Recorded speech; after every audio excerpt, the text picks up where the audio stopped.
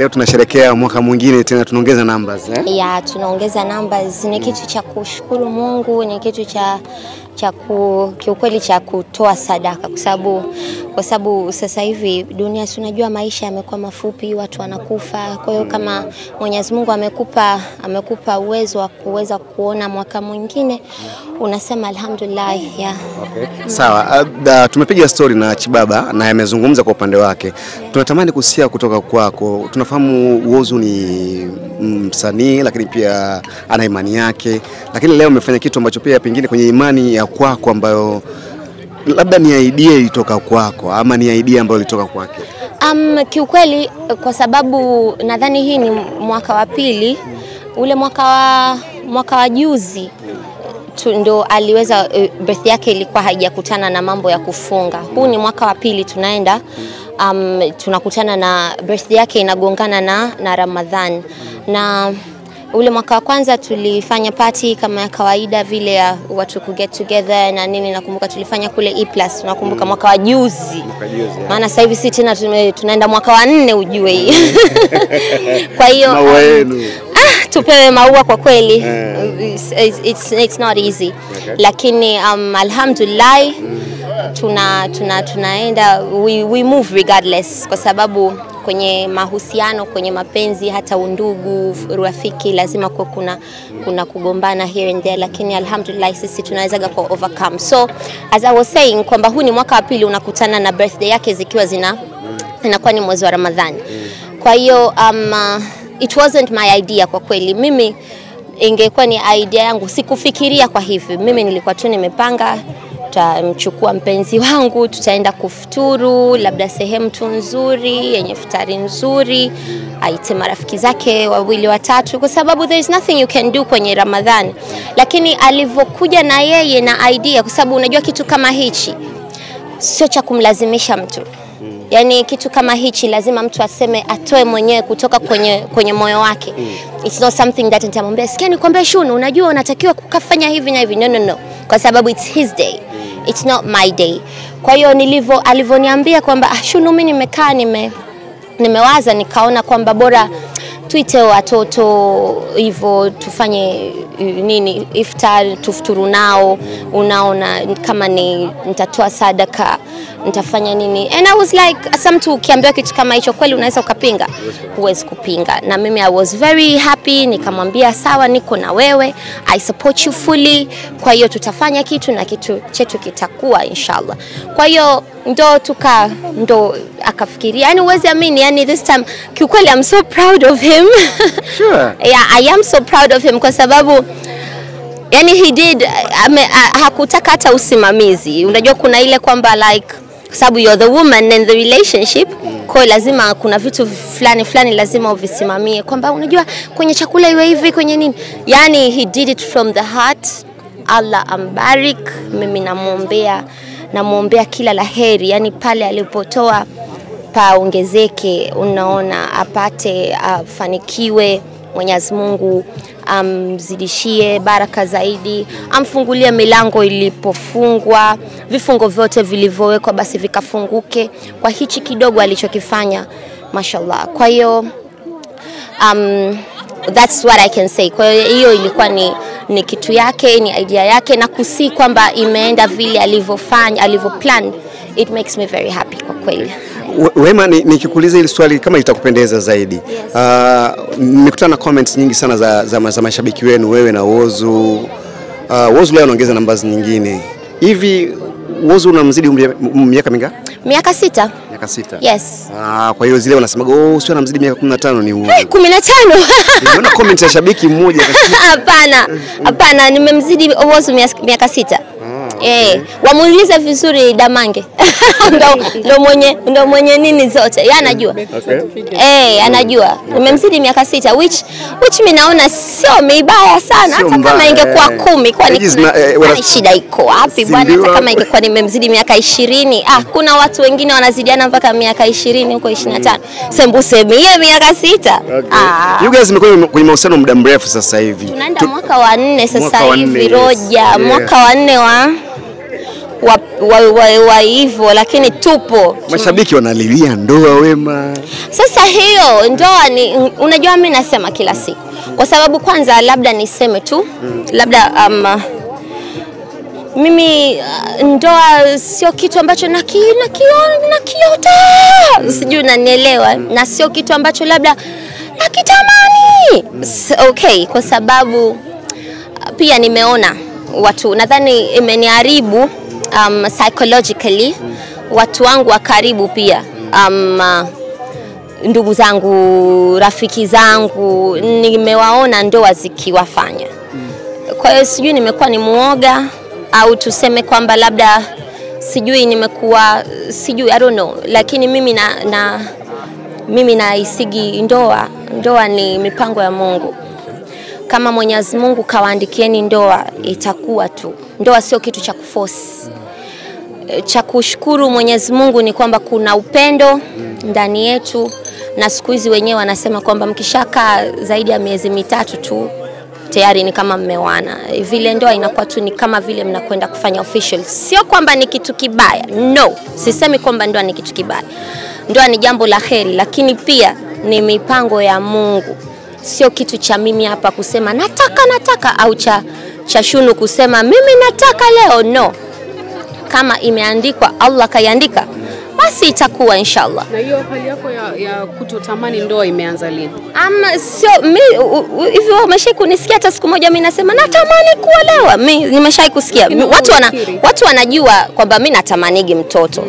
Hicho ni kitu ambacho watu wanakijua kwamba Wema hichi anakitaka, lakini sidhani kama nimeshai kuenda mitandaoni au kwenda out there nikasema kwamba naitaka sana ndoa. Hapana. Ikitokea sawa, mimi nasemaga he wallah, kwa sababu ni kitu ambacho tayari kimeshapanga. Isipotokea pia haiwezi kuniumiza, kwamba sio kitu ambacho yani ni kitu changu, sijui unanielewa, kwa sababu sio watu ambao wamenizunguka, nikizungumzia ndugu zangu wa damu, dada zangu, rafiki zangu wa karibu, nimewaona ndoa zinavyowafanya. Sawa, labda hiyo pia kidogo kama imenidisturb, nikiona kwamba mtu mnaweza mkao mnapendana alafu siku mnaoana tu ndio mnaleta shida, sijui unanielewa.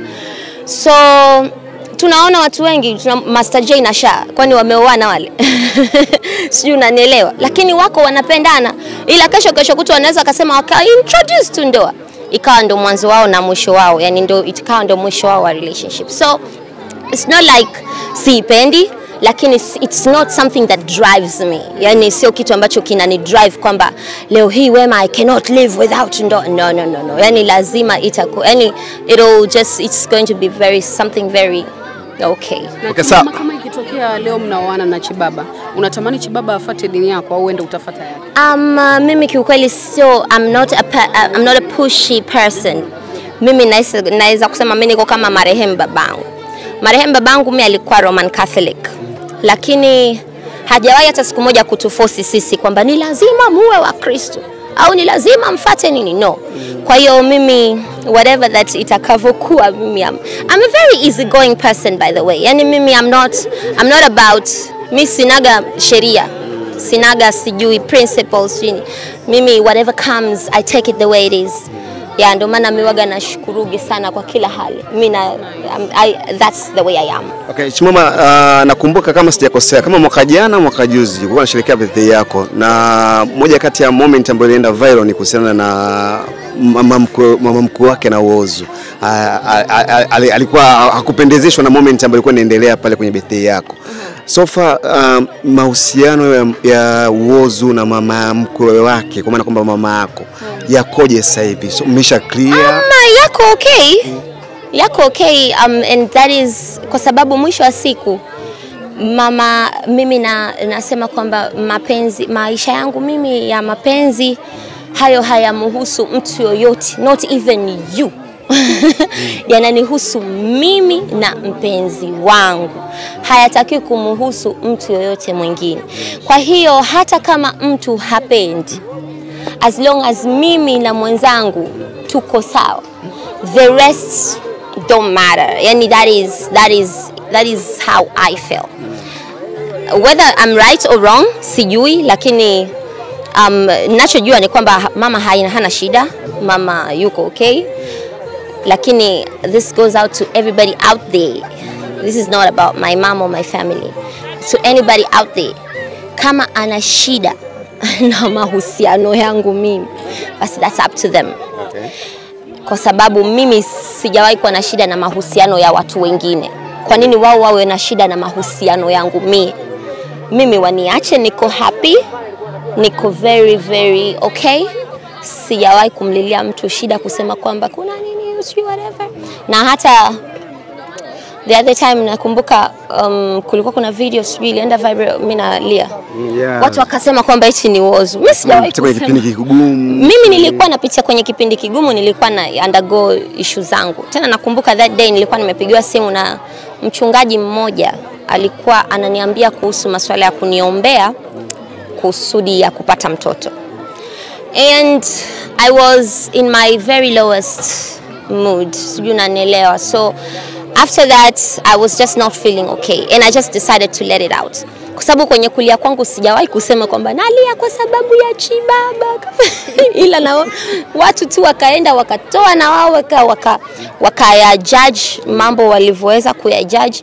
Lakini at the end of the day you cannot stop anybody from thinking whatever they want to think. Kwa hiyo hivyo mimi waga na waachaga tu. Okay, ina maana shida yenu iliyotokea na Chibaba haijawahi kukufanya ukawa lonely, yani haijawahi kukupa sadness yote? Yani kwa sababu of course ukigombana na mpenzi wako lazima uwe lonely, lazima uwe sad. Na mimi na Chibaba ni practically kama tunaishi pamoja. Yani ni kama tunaishi pamoja. It's like we're practically married. You know? Kwa hiyo kuna yale mazoea too much. Kwa hiyo nikiwa siko okay na mpenzi wangu, nisipomuona siku mbili siku ngapi, of course lazima itanini. Lakini hatujawahi, mimi ninavyokuambia, hatujawahi kukaa apart na Chibaba for more than 4 days. Yani tutagombana tokea tumeanza relationship, bana tutakaa apart maybe siku 2, ya 3 tumeshapatana. Kwa hiyo ni vitu ambavyo ni vya kawaida vinatokea katika maisha ya mapenzi, so it shouldn't be surprising. Nani mara nyingi wanasuluhisha mahusiano yenu?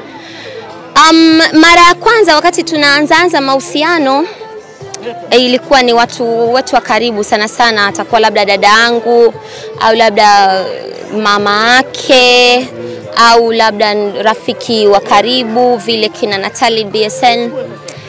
Lakini sasa na wao ikafika point wakachoka. Maana unajua wanasema watu mkipendana sana mnagombana sana. Na sisi tunaweza tukagombania kitu cha kipuuzi kabisa, alafu tukanuniana. And then tunaanza kuwasumbua watu. Lakini sasa hivi imefika point sasa tunaona ndugu yangu ya kwetu tuyamalize wenyewe, kwa sababu hakuna mtu ambaye tena yuko tayari kutusikiliza. CS2 Kids, CBSN, si nani, yani wote wameona kwamba mtajijua wenyewe, mkigombana msituhusishe. Yeah, mama wewe una wivu sana. Mimi na wivu? Ndugu yako hujawahi kumsikia wivu wake. Kwenye kusema watu wana. Mimi wala sina wivu ndugu yangu. Ndugu yenu ndo ana wivu. Sawa, kwenye kusuluhishwa sawa. Inasemekana pia mambo yake ya management yaliwahi kuwa yanaingilia mahusiano yenu. Maybe labda kwenye kushauri, kwenye kumpangia which yeye anajiona yuko in love, ila wao labda kuna vitu wanaviona. Imewahi kutokea kitu gani labda wanaviona? Imewahi kutokea namna yote management yake imeingilia mahusiano yenu wewe na Ozo? As far as I'm concerned, mimi sijawahi. Kwanza apart from everything, mimi naweza nikasema kwamba like hata kuna kipindi nilikuwa nikigombana naye nampigia simu Freddy, nampigia simu Frankie, hivyo. Kwa hiyo hawajawahi kuwa na shida, lakini I think this is something that the social network inakuwaga ina create, kwa sababu social network wanatuportrayia picha yao ambayo wao wanahisi tunaishi, which they don't know the reality. Lakini in real sense there is the social network life and then there is the real life, which is this that we're living. Hicho ndio kitu ambacho watu wanakuwa wanashindwa kuviconnect sijui au kuvifanya so I don't know how people wanakuwa nachukulia, I don't know, sijui yani sina cha kusema zaidi. Chimama kwako ilikuwa inakudisturb kuhusishwa wewe kutoka Wozu kule Too Much Money, wakakuhusisha na wewe kwamba ukishauriwa kuhusu mapenzi unaacha leo? Sasa unajua nikwambie kitu mami, mimi waga kitu ambacho naona hakina ukweli ndani yake mimi wala hakinisumbuagi. na ndio maana vya mitandaoni waga na viachaga tu mitandaoni. Kwanza mimi mitandao sio kitu ambacho nakipenda. Ni sio kitu ambacho nikikwambia mimi naweza nikapost picha na kuondoka. Nisiingie Instagram hata yani naweza nikachukua muda mrefu. Muda mrefu. Siku nikisoma comments lazima utajua. Kwa sababu lazima nijibu. Kwa hiyo na mimi ndio maana uwaga na kuaga nasoma comments alafu unaona nasoma comment and then na post kitu changu and then naondoka. Nikisoma comment kimeumana. Wema, nimekusikia kitu hapa nitakinukuu kwa sababu pia kitaenda mtandaoni kitasambaa. Wewe unaamini kwenye ndoa? Mimi siamini kwenye ndoa kiukweli. Yani mimi ndoa sio kitu ambacho kinani drive. Yani ndoa is not something ambayo I cannot live without. Ikitokea sawa hewala. Isipotokea pia sio kwamba itaniumiza au nitakuwa niko Mungu wangu demoralized, I can eat, I can sleep. No. It's not something that drives me. Kuna kitu umekilisema kwamba wewe na Whozu mko kwenye ndoa. Yani maisha yenu mnavyoishi. Kwa sababu we practically live together. Kwa nini usihalalishe? Sasa hiyo ni mipango ya Mungu. Yani unafoni question hivyo kama you're questioning God, you know, it might be something that he wants, it might be something that I want, lakini it's just maybe it's just not the right time, and when the right time comes itatokea tu. We won't be able to stop it, lakini sio kwamba eti tuwe pushed. Yani kwa sababu maybe watu wanasema wanataka ndoa basi na sisi hapa tunataka ndoa sasa hivi inabidi tu Kwa sababu nimeiuliza kwa upana ina mengi. Hata alikuuliza Roja hapa kuhusu mama moja kitu mama kufurahia kumuona anasikia Whozu mnaishi lakini hajaenda kutambulishwa. Yani kwa nini kwa sasa hivi she knows, anajua. Na sio ni upande zote mbili wanajua. Sio upande wangu tu, hata upande wake wanajua. Kwa hiyo it's something that's there. Ndio maana nasema hivi, ile swala la ndoa hiyo ni mipango ya Mungu. Sijui unanielewa? Ndoa ni mipango ya Mungu. Kwa hiyo kama Mwenyezi Mungu atatoa ile kwamba sasa hivi hawa sasa wanaenda kuhalalisha mbele za haki, inshallah siwezi kukataa. Wanavyosema Whozu anakaa kwako kwa sababu hizo zilisemekana. Yani I say sijui hata nisemeje. Whozu ana kwake na mimi nina kwangu. Kokote nitakapokuwa na yeye yupo. Mimi kokote atakapokuwa na mimi nipo. Sijui unanielewa? Hivyo unaweza kuamini kwamba kwa sababu pia tunachoka kukaa sehemu moja. Sijui unanielewa? Alafu the fact that kila mtu ana kwake basi hiyo ni it's a win. I mean it's an extra fact. It's an extra factor kwenye mapenzi yetu kwamba tukichoka huku tunaenda kule, tukichoka kule tunarudi huku. So that does not it doesn't like, I don't know if it's a problem or not. Yani sidhani kama ni tatizo. Chimama, Whozu sasa hivi hana lebo. Nakumbuka wewe ulikuwa na lebo yako Endless Fam ambapo ulikuwa na Endless Fam nilishasema nini sifanyi tena mambo ya no nilishasema. Hapana, nilishasema jamani. Hapana. Wewe naomba nimalizie swali la mwisho. Tunatakiwa kwenda kukata keki jamani. Kuhusiana na post ya leo. Nimeona comment za watu wenu wa karibu baada ya wewe kumpost Whozu like unamwish birthday. Watu wasema wewe walikuwa wanamuongea Whozu na Wema wanarudishwa sasa, wamesharudishana, unaona zile moments zile. Hiyo kurudisha ni lazima, si wananijua mimi, ukiniambia kitu lazima nitakirudisha. Kweli? Mimi kabla sinaga ndugu yangu, kama una siri yako usije ukanihusisha. Mimi kabla sina. Sema nimeipenda hiyo. Aya, naitwa jamani.